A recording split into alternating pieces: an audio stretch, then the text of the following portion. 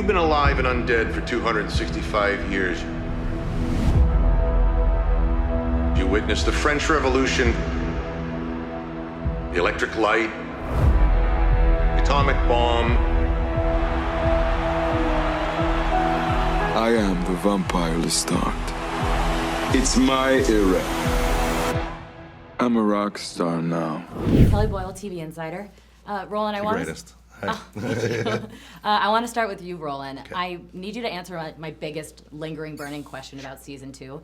Do you have an answer about how frequently Armand was wiping Louis' memory?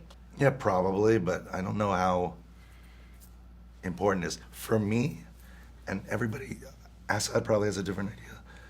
Jacob does, and maybe some of my writers room do. I love that. I think that's okay.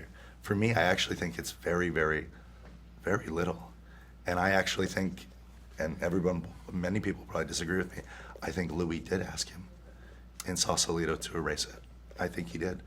I have always built Armand on having 2 really extraordinary lies.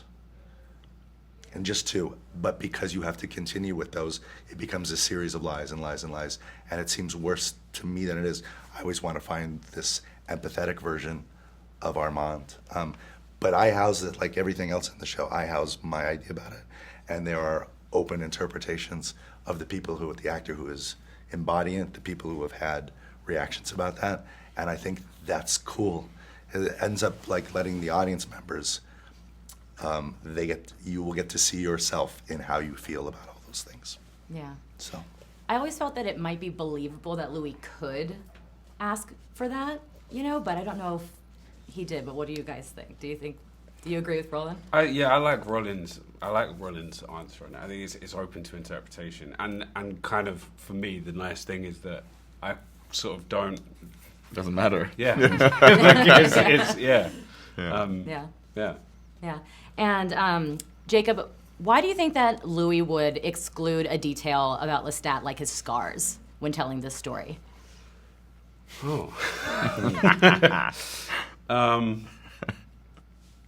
Again, I think it's like whatever makes it more fun for the person that's taking it in, I suppose. Like, there's an argument to say that he was trying to sort of like airbrush Lestat. I don't think it's that. I think it's like, I think sometimes Louis is just trying to he's trying to take certain kinds of pain out of things. He tries to like remove an aspect of Claudia's pain and like what she was going through before they met.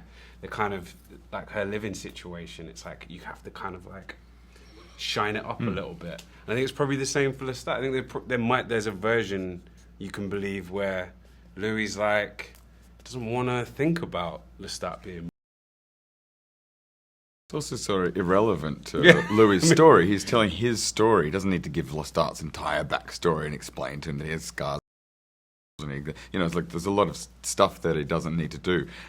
What he does do is tell a very explicit version of his creation from a place that was considered a private, sacred conversation, which does really piss off Lestat. Like that Louis uses that to navigate his own story. So and positively so. But I don't see why he would mention the scars. Yeah. Armand has done things that I think would like shake someone into realizing they need to change for the better. But with Armand, that doesn't really happen a lot. He really digs his heels in instead. Why do you think that is, and do you think that's going to change this season? No, it's not going to change the season. He's going to dig his heels in more. It's the fact that he is so broken and has been so broken so many times that I think he just doesn't know how to get himself out of it. He has a moment in the last episode, I think, where he's understood for the first time in a way that we haven't seen in season 2.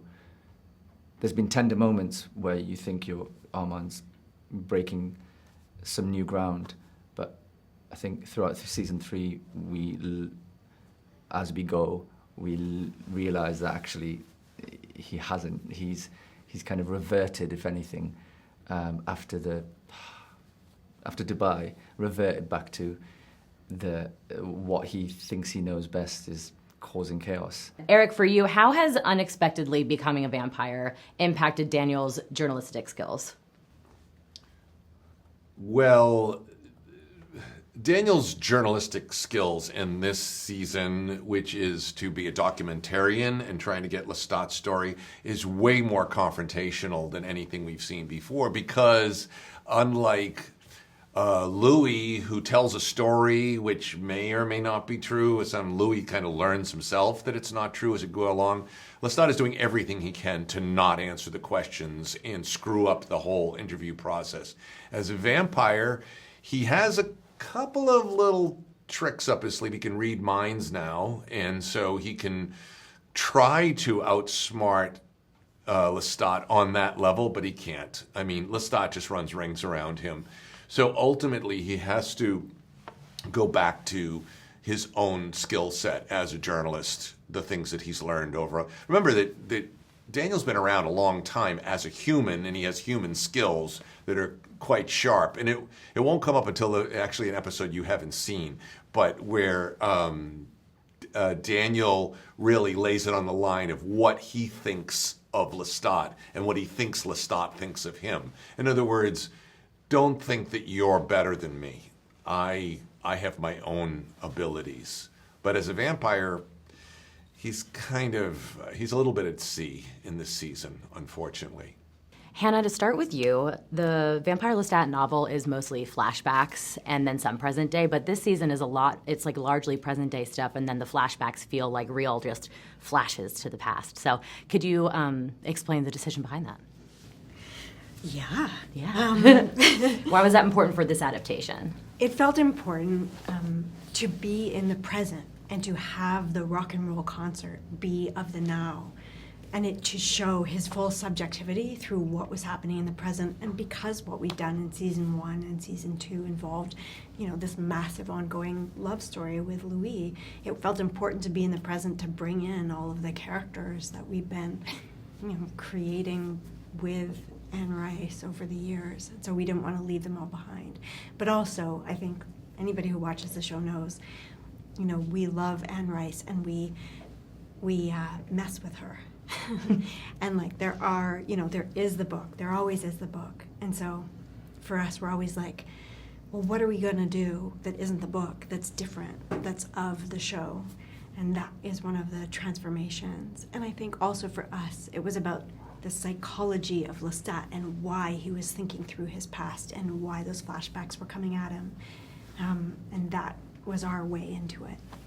Yeah, it's like he doesn't want to think about his past, but certain things are it's like intrusive thoughts almost. It is. Was that the feeling that you were trying to grab? Exactly that. So we talked a lot about intrusive memory in the room, and we talked about what it would mean if you had been going on and on and on for hundreds of years, and you were Lestat, and you go forward relentlessly, because that is who he is. But then what if you started to make music, and the music forced you to consider for the first time, or retrospect, and then you were starting to use your own life to make your art, and then it was starting to undo you at the same time that you loved making music.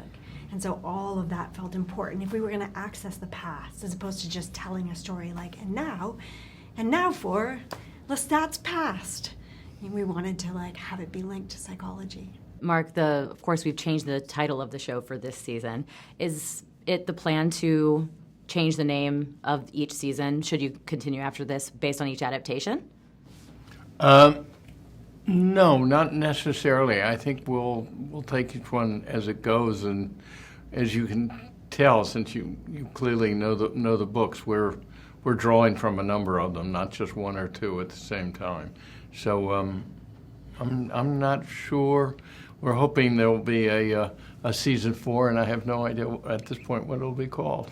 I mean, maybe Queen of the Damned, who knows?